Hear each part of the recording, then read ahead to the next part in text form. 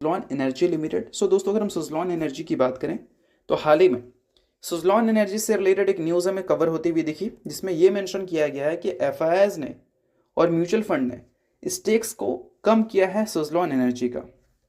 और अगर हम बात करें इस कंपनी के शेयर होल्डिंग पैटर्न के बारे में लेटेस्ट अपडेटेड, तो वहाँ पर एफआईआईज के स्टेक हमें कम होते हुए दिख भी रहे हैं, डीआईएस के स्टेक्स भी कम होते हुए दिख रहे हैं। बट एक अच्छी बात है कि एफआईआईज और डीआईएस के स्टेक में कोई मैसिव कट नहीं दिख रही है।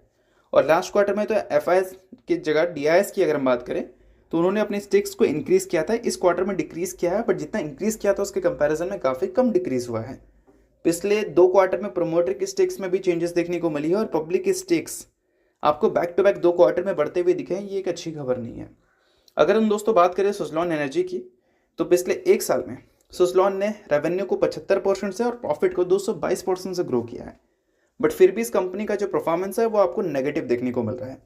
वो इसलिए क्योंकि कंपनी के अगर नंबर्स को देखोगे तो एक चीज़ आपको देखने को मिलेगा कि टैक्स डिप्रिसिएशन की वजह से कंपनी का जो प्रॉफिट है वो ज़्यादा बढ़ा है, जिस वजह से कंपनी के जो ईपीएस में बड़ी उछाल दिखी है, उससे कंपनी का वैल्यूएशन काफ़ी ज़्यादा टूटा है।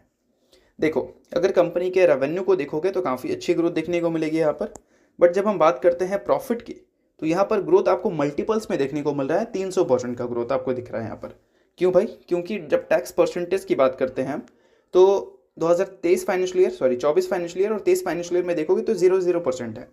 और यहाँ पर -43% यानी कि टैक्स डिप्रिसिएशन कंपनी को मिला है। इस वजह से कंपनी के प्रॉफिट ज़्यादा ग्रो करते हुए दिखे हैं और ईपीएस बहुत ज़्यादा तेज़ी से बढ़ता हुआ दिखा है। और वही अगर आप बात करें कंपनी के ऑपरेटिंग प्रॉफिट के बारे में, तो यहाँ पर ग्रोथ आपको करीब 80% की देखने को मिलेगी और कंपनी के नेट प्रॉफिट में 300% की ग्रोथ दिख रही है इसी वजह से। तो आई होप आपको ये सारी चीज़ें अच्छी तरह से समझ आ रही होंगी कि सुज़लॉन के नंबर्स पिछले 1 साल में तो काफ़ी अच्छे रहे हैं, बट परफॉर्मेंस क्यों नहीं आ रही है। तो रीजंस आई होप आपको क्लियर हो चुका होगा।